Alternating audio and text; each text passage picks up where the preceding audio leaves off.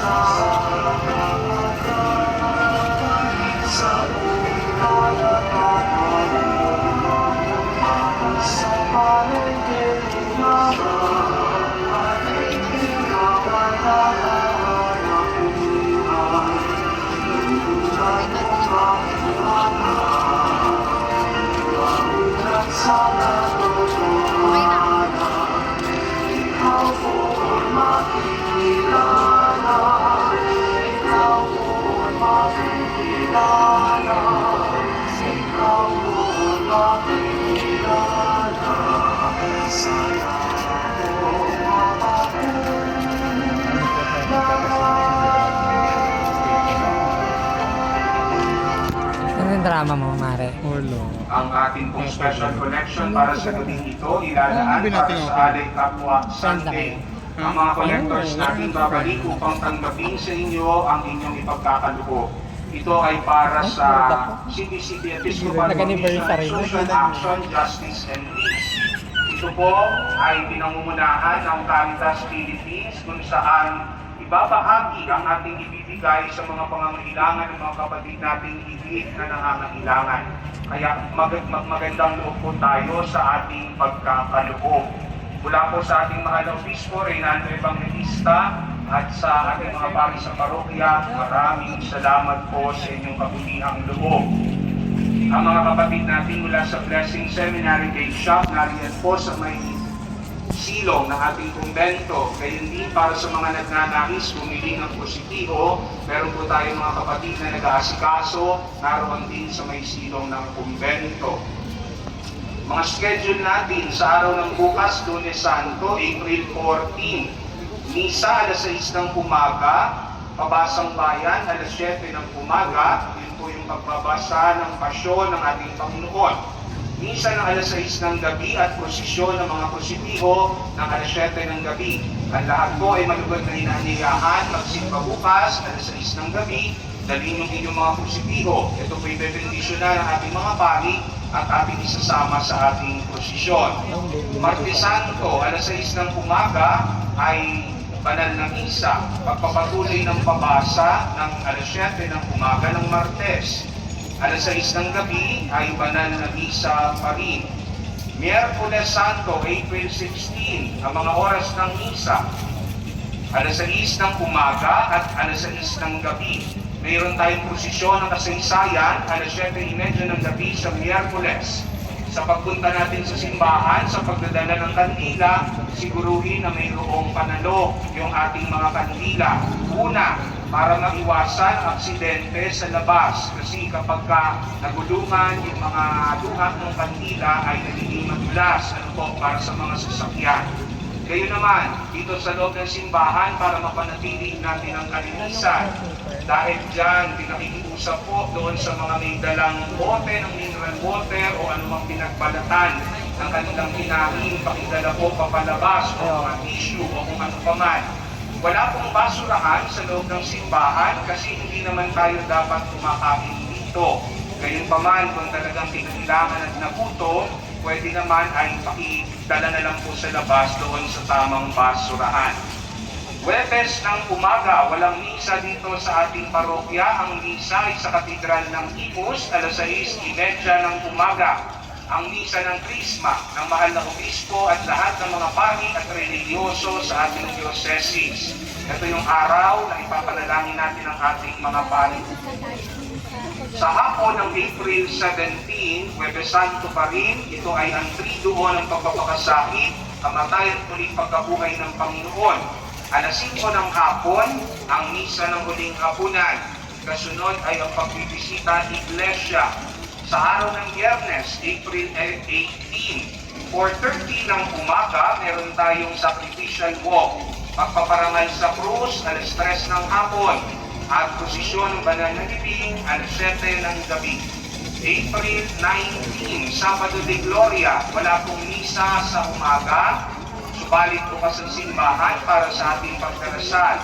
Ang Easter Vigil o ang magdamagang pagdiriwang ng Pasko ng muling pagkabuhay ay gagawin ng alas 7 ng gabi.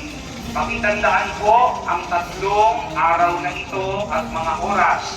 Huwebes ng alas 5 ng hapon, Biyernes ng alas 3 ng hapon, at Sabado ng alas 7 ng gabi. Ito po yung Easter Triduum.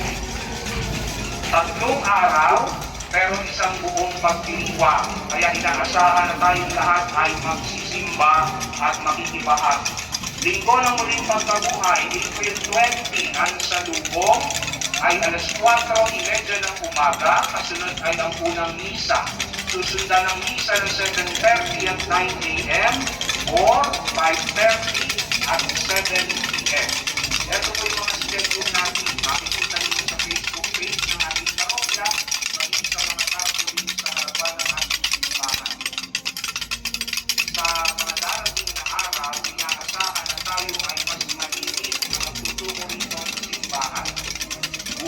pagbabahagi sa mga nabanggit na gawain. Para po sa mga hindi pa nakapag-uumpisan, mangyari magtungkol dito sa mga susunod na araw upang ilapit sa pari at iniiya ang sakramento ng umpisan para sa inyo. Ano po? Para tayo maging handa para sa mga misteryo ng ating pananampalataya.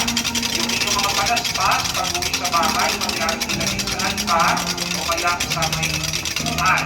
Maalaala sa ating ilang araw na ito na ating tinanggap si Jesus sa kanyang pagpasok sa Jerusalem. Ngayon, ang Jerusalem hindi na lamang yung lugar. Ang Jerusalem ay ang ating mga puso. Nawa sa pagbubunin natin, lagi natin maalaala ang pag-ibig ng Diyos. Pagkatapos ng final blessing, wala po muna tayong palakpak sa panahon ng Quaresma na hindi walang pangwakas na hapon. Kung meron pong mga palaspas na hindi pa nabebendisyonan